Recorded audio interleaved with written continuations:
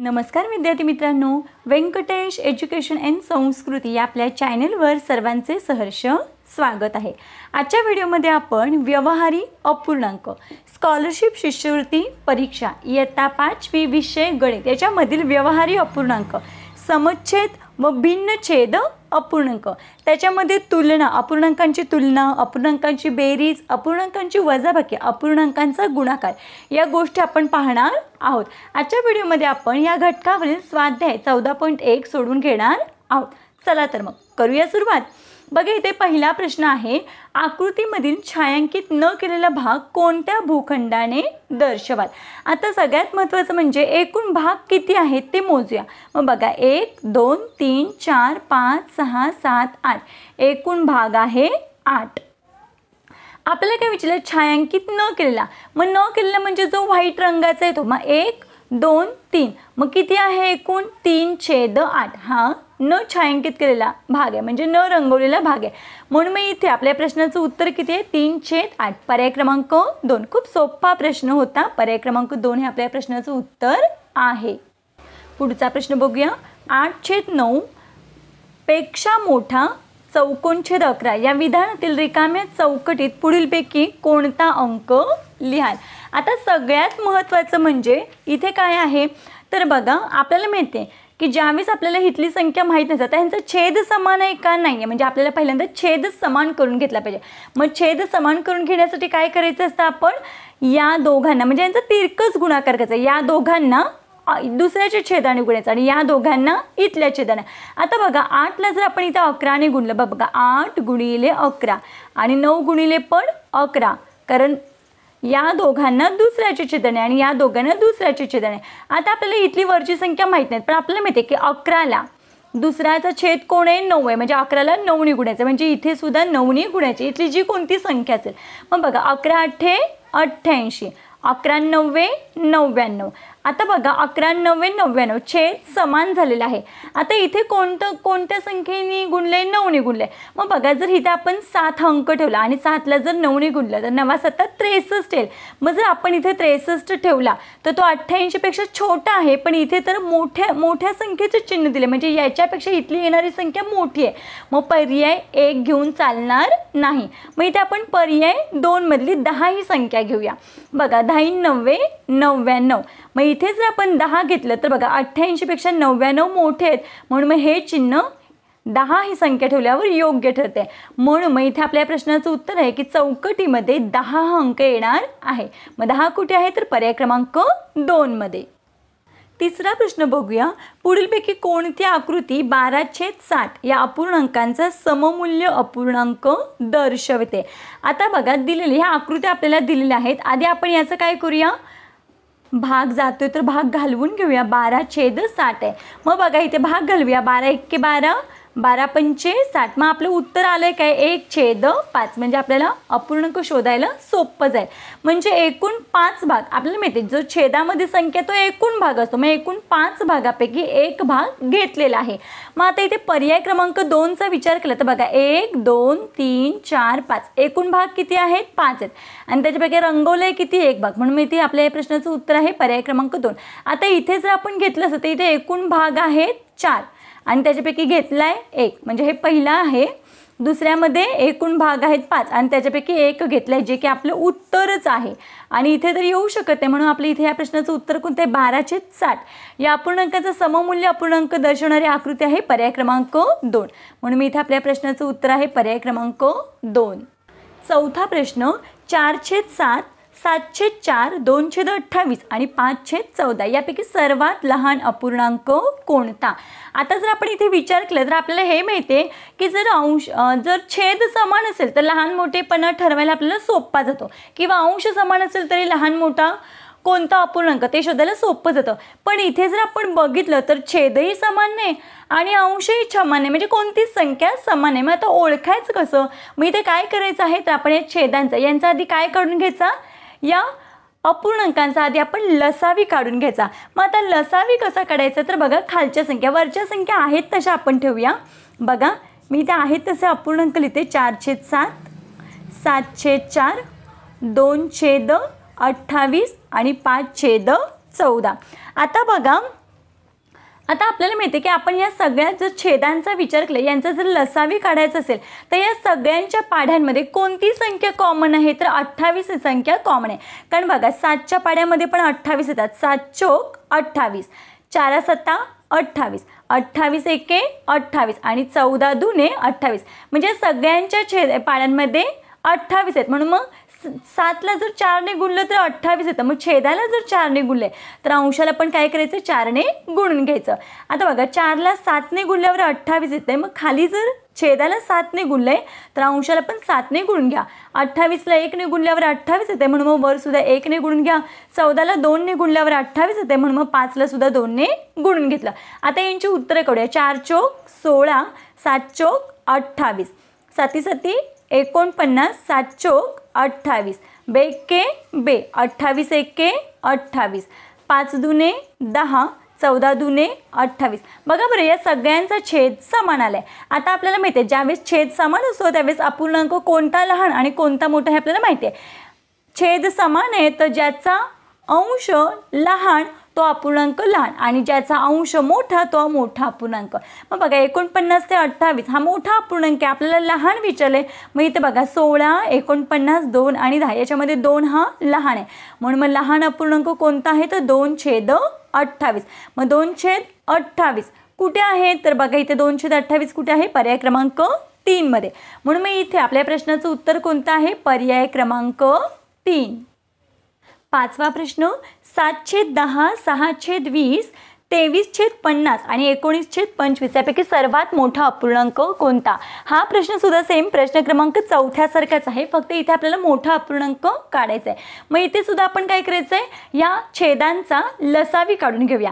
मग बघा बरं, जी संख्या आहे ती मी आधी आहे तशी लिहिते. 7/10, 6/20, 23/50 आणि 19/25 या पद्धतीने आहे तसं लिहून घेतलेलं आहे. आता आपल्याला काय सांगितलंय, सेम छेद समान करायचं आहे, ओके ना. मग छेद समान करण्यासाठी बघा या सगळ्यांचा जर आपण विचार केला तर या सगळ्यांच्या पाढ्यामध्ये 100 ही संख्या आहे. मग बघा 10ला जर 10ने गुणलं तर 100 येतं. मग 20ला 20 5 100 आणि 50ला 2ने गुणल्यावर 100, 25ला 25 चोक 100. मग खाली 10ने गुणले म्हणून वर पण 10ने गुणून घ्या. खाली 5ने गुणले इथे म्हणून मग अंशाला पण 5ने गुणून घेतलं. 50ला 2ने गुणले म्हणून मग 23ला पण 2ने गुणून घ्या. 25ला 4ने गुणले म्हणून 19ला सुद्धा काय करायचं, 4ने गुणून घ्यायचं. आता बघा 7 10 70 आणि 10 10 100 म्हणजे याचं किती आलं, 70/100. 6 पंचा 30 आणि 20 5 100. आता इथे बघा 23 दुने 46 आणि 50 दुने 100. 19 चोक 76 आणि 25 चोक 100. मग बघा सगळ्यांचा छेद समान झालाय. आपल्याला विचारलंय मोठा अपूर्णांक. मग आपल्याला माहिती 70, 30, 46 आणि 76 याच्यामध्ये मोठी संख्या कोणती आहे, 76 मोठी आहेत. म्हणून इथे मोठा अपूर्णांक कोणता, 76/100. मग 76/100 पर्यायामध्ये तर 76/100 नाही आहे. मग आपण कोणाला गुणल्यावर 76/100 आलं तर 19/25ला. म्हणून मग 19/25 हा काय आहे, सर्वात मोठा अपूर्णांक आहे. मग 19/25 कुठे आहे तर इथे पर्याय क्रमांक 2 मध्ये आहे.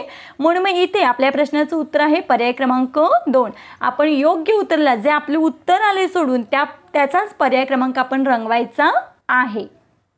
पुढचा प्रश्न आहे 6वा प्रश्न आहे 2/3, 3/6, 7/12 व 17/36 यापैकी सर्वात लहान अपूर्णांक कोणता.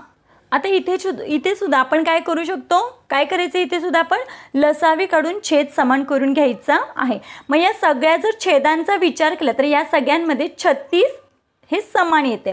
मग बघा 3ला जर 12ने गुणलं तर 36 येते. मग इथे 2ला सुद्धा 12ने गुणा. 6ला 6ने गुणल्यावर 36 येते. मग वर सुद्धा 6ला गुणून टाका. 12ला 3ने गुणल्यावर 36 येते. म्हणून इथे काय करायचं आहे, 7ला सुद्धा 3ने गुणा. 36ला 1ने गुणल्यावर 36 येते. म्हणून मग 17ला सुद्धा 1ने गुणायचं. मग बघा इथे काय उत्तर आले ते लिहून घेऊया. 12 दुने 24 आणि 12 त्रिक 36, 3 सक 18 आणि 6 6 36, 7 त्रिक 21, 12 त्रिक 36, 17 एके 17 आणि 36 एके 36. बघा छेद सगळे समान आलेले आहेत. आता आपल्याला विचारले यापैकी सर्वात लहान अपूर्णांक. मग आपल्याला माहिती आहे लहान कोण आहे बघा 24, 18, 21 आणि 17. ज्यावेळेस छेद समान असतो त्यावेळेस जो लहान अंश तो लहान अपूर्णांक. मग या सगळ्यांमध्ये 17 हा लहान आहे. मग 17/36 हा अपूर्णांक कसा आहे लहान आहे. म्हणून मग इथे आपल्या प्रश्नाचं उत्तर काय आहे 17/36. 17/36 कुठे आहे पर्याय क्रमांक 4 मध्ये. म्हणून मग इथे आपल्या प्रश्नाचं उत्तर आहे पर्याय क्रमांक 4. पुढचा प्रश्न आहे 7वा. A बरोबर B, B बरोबर C आणि C बरोबर D असेल तर पुढीलपैकी सर्वात मोठा अपूर्णांक कोणता. आता बघा पर्यायांमध्ये आपल्याला A/7, B/5, C/9 आणि D/11 आहेत. पण आपल्याला माहिती आहे A बरोबर B, B बरोबर C आणि C बरोबर D. याचाच अर्थ या सर्वांचे अंश काय आहेत समान आहेत. मग आता इथे कॅल्क्युलेशन करायची काही गरज नाही. आपल्याला माहिती आहे ज्यावेळेस अंश समान असतो त्यावेळेस ज्याचा छेद मोठा तो अपूर्णांक छोटा आणि ज्याचा छेद छोटा तो अपूर्णांक मोठा म्हणजे उलट असतं. मग आता इथे सगळ्यांचे अंश समान आहेत. मग आता मोठा विचारलाय. मग बघा इथे 7, 5, 9 आणि 11. याच्यामध्ये 11 हा मोठा आहे हो की नाही. पण हा सगळ्यात छोटा अपूर्णांक आहे. म्हणजे D/11 हा लहान अपूर्णांक आहे. हा कसा आहे लहान अपूर्णांक आहे. आणि याच्यामध्ये छोटा कुणाचा छेद आहे तर बघा B/5, B/5. मग हा मात्र कसा अपूर्णांक आहे मोठा आहे. कारण हा रूलच आहे की अपूर्णांकामध्ये जर अंश समान असेल तर ज्याचा छेद मोठा तो अपूर्णांक लहान अपूर्णांक असतो आणि ज्याचा छेद लहान तो अपूर्णांक मोठा असतो. मग इथे आपल्याला मोठा विचारलाय. मग मोठा कोणता आहे तर B/5 हे आपल्या प्रश्नाचं उत्तर आहे. म्हणून इथे आपल्या प्रश्नाचं उत्तर आहे पर्याय क्रमांक 2. 8वा प्रश्न आहे पुढील अपूर्णांकांच्या जोडीतील चौकटीत यापैकी कोणती चिन्हे योग्य ठरतील. आता इथे आपल्याला योग्य चिन्ह द्यायचं आहे. मग इथे बघा गणित काय दिले आपल्याला 7/13 आणि इथे 13/7 आणि इथे 91/49. आता इथे काय करायचं आहे तर बघा इथे जर आपण व्यवस्थित विचार केला तर खालच्यामध्ये लसावी निघत नाही आहे. पण वरच्या संख्यांचा जर विचार केला तर तिथे मात्र लसावी निघतोय. म्हणजे इथे लसावी काढून अंश समान करून घेऊ शकतो. मग अंश समान कधी होईल तर 7ला इथे सगळ्यात मोठी 91 आहेत. मग 7ला जर आपण 13ने गुणलं तर 91 येते. मग जर अंशाला 13ने गुणले तर छेदाला पण इथे 13ने गुणून घ्यायचं. आता बघा मग बघा इथे सुद्धा आता 13ला जर आपण इथे 7ने गुणलं तर किती येतं 13×7 = 91. मग वर 7ने गुणले तर खाली पण 7ने गुणून घ्यायचं. 91ला 1नेच गुणायचं. कारण या सगळ्यांचा अंश समान येण्यासाठी आपण काय करतोय लसावी काढतोय. मग अंशाला 1ने गुणले म्हणून मग छेदाला पण 1ने गुणूया. आता आपण इथे गुणाकार करूया. 13×7 = 91. 13 × 13 13चा वर्ग. 13 × 13 किती येतं 169. 13×7 = 91. 7×7 = 49. 91 × 1 = 91 आणि 49 × 1 = 49. मग बघा बरं या सगळ्यांचा अंश कसा आलाय समान आलाय. या सगळ्यांचा अंश समान आहे. मग आपल्याला माहिती बघा 91/49 91/49 म्हणजे या दोन्ही व्हॅल्यू एकमेकींना काही समान आहेत म्हणजे बरोबर आहेत. ह्यांची तुलना कशी आहे इक्वल आहे. म्हणून मग इथे बरोबर चिन्ह. आता राहिला या प्रश्न यांचा. आता बघा इथे अंश समान आहे. मग आपल्याला माहिती ज्यावेळेस अंश समान असतो त्यावेळेस ज्याचा छेद मोठा तो अपूर्णांक छोटा असतो आणि ज्याचा छेद लहान तो अपूर्णांक मोठा असतो. म्हणजे 91/169 पेक्षा हे काय आहे मोठा आहे. म्हणून मग इथे हे चिन्ह कारण याच्यापेक्षा हा अपूर्णांक मोठा आहे. म्हणून मग हे आणि हे चिन्ह कुठे आहे तर बघा इथे पर्याय क्रमांक 1 मध्ये आहे. म्हणून मग इथे आपल्या प्रश्नाचं उत्तर आहे पर्याय क्रमांक 1. प्रश्न क्रमांक 9. पुढीलपैकी 7/16 पेक्षा मोठा परंतु 3/4 पेक्षा लहान असणारा अपूर्णांक कोणता. आता बघा इथे सांगितलंय काय 7/16 पेक्षा मोठा आणि 3/4 पेक्षा लहान असा आपल्याला अपूर्णांक शोधायचा आहे. आता इथे बघा आपण जर इथे पर्याय क्रमांक 1 चा वापर केला. आपण पर्यायांचा वापर करायचा आहे. इथे मी 7/14 घेतलं. बघा इथे मी पर्याय क्रमांक 1 घेऊया. इथे आपण 7/14 14.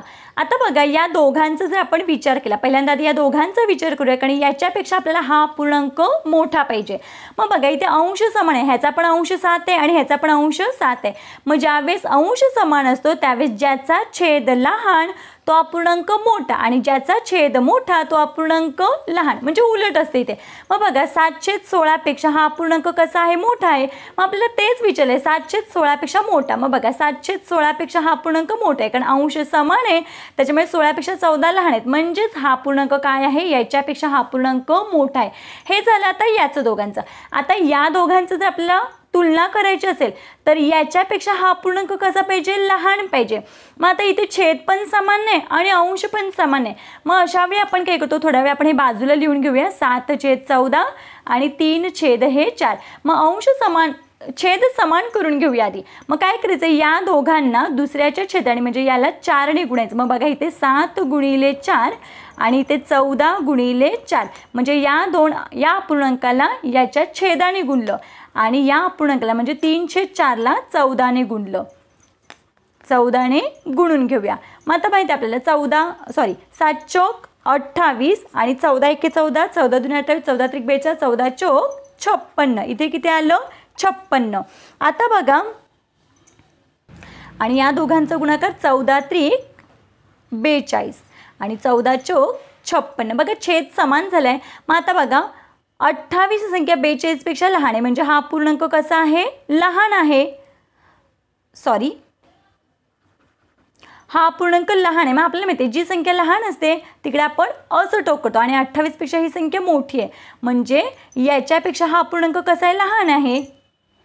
मग इथे सुद्धा कोणतं चिन्ह येईल, तर हे येईल, कारण आता आपण सोडून याच्यापेक्षा हा अपूर्णांक मोठा, कारण मोठा असल्यावरच आपण ही दोन टोकं मोठ्याकडे ठेवतो आणि याच्यापेक्षा हा अपूर्णांक लहान आहे कारण याच्यापेक्षा हा अपूर्णांक मोठा आहे. बघा म्हणून मी इथे आपल्या प्रश्नाचं उत्तर कोणतं आहे, पर्याय क्रमांक 1. पुढचा प्रश्न बघूया. 35चा 1/7, 45चा 1/3, 99चा 1/9 आणि 24चा 1/8 यापैकी मोठा अपूर्णांक कोणता. आपल्याला माहिती आहे, मी नेहमी व्हिडिओमध्ये सांगत असते की चे म्हणजे काय, गुणाकार. मग 35चा 1/7 म्हणजे इथे काय, गुणाकार. मग जिथे भाग जातोय तिथे भाग घालवून घेऊया. 7 एके 7, 7 5 35. इथे राहिलंय काय, 5 × 1 म्हणजेच किती, 5 आलं. आता इथे बघा 3 एके 3, 3 एके 3, इथे 4 मधला 1 राहिला, मग 3 5 15, 15 त्रिक 45. मग इथे राहिले काय 15 × 1, मग 15 × 1 बरोबर किती आलं, इथे 15. आता बघा 9 एके 9, 9 एके 9, 9 एके 9, मग 11 × 1 बरोबर किती, इथे आलं 11. आता बघा 8 एके 8, 8 2 16, 8 त्रिक 24. मग राहिलंय का आता इथे 3 × 1, मग 3 × 1 बरोबर किती, 3. मग आता विचारलंय का आपल्याला की सगळ्यात मोठा अपूर्णांक कोणता. मग 5, 15, 11 आणि 3 याच्यामध्ये मोठं कोण आहे, तर 15 मोठं आहेत, म्हणजेच 45/3 हे काय आहे, मोठं आहे. म्हणून मग इथे आपल्या प्रश्नाचं उत्तर आहे पर्याय क्रमांक 2. पुढचा प्रश्न आहे, चुकीचा पर्याय निवडा. आता आपण या आकृतीचं निरीक्षण केलं तर 1 2 3 4 एकूण भाग किती आहे, 4. त्याच्यापैकी रंगवलंय किती, 1 म्हणजे 1/4 बरोबर दिले, म्हणजे हे पहिलं बरोबर आहे. दुसऱ्या आकृतीचे जर आपण भाग काउंट केले तर बघा 1 2 3 4 5 6 7 8 एकूण भाग आहेत 8. रंगोलीत किती, हा 1 आणि हा 1, इथे किती 2. मग इथे भाग जातोय बे के बे, बे चौक 8. मग बघा किती आलं, 1/4, जे की हे सुद्धा बरोबर आहे. आता तिसऱ्या आकृतीचं बघा, एकूण भाग किती आहेत, 1 2 3 4 5 6 7 8 एकूण भाग आहेत 8. रंगोलीत किती, 1 2 3 4, रंगोलीत किती 4. मग इथे बघा 4 एके 4, 4 2 8, मग इथे आलं काय, 1/2. मग इथे 1/4 आहे, म्हणजे हे काय आहे, चुकीचं आहे. चौथ्या आकृतीचं मोजूया आपण. इथे एकूण भाग आहेत 16, एकूण भाग आहेत 16. बघा आपण मोजूया, 1 2 3 4 5 6 7 8 9 10 11 12 13 14 15 आणि हा एक 16. इथे 2 येते कारण प्रत्येकाचे बघा, आता हा जर आपण अर्धा भाग घेतला एवढाच तर 1 2 3 4, मग ह्या पाव भागातले हे 4, हे 4, हे 4 आणि इकडचे हे 4, असं एकूण 16 भाग आहेत. आपल्याला आपण हे काढण्यासाठी आपल्याला या पद्धतीनं दिलेलं असतं. मग आपण याचे इथे काय करायचे, 2 भाग करायचे, कारण प्रत्येक पाव भागामध्ये 4 भाग आहेत, म्हणून मग 4 चौक 16. मग 16 पैकी रंगोलीत किती, 1 2 3 4, रंगोलीत किती 4. मग इथे भाग जातोय 4 एके 4, 4 चौक 16. मग इथे सुद्धा आलंय काय, 1/4, जे की आपल्याला दिलेलं आहे, म्हणजे हे सुद्धा बरोबर आहे.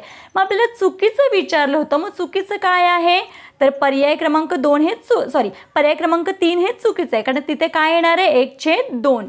म्हणून मी इथे उत्तर आहे आपलं चुकीचा पर्याय आहे पर्याय क्रमांक 3 जे आपलं उत्तर आहे.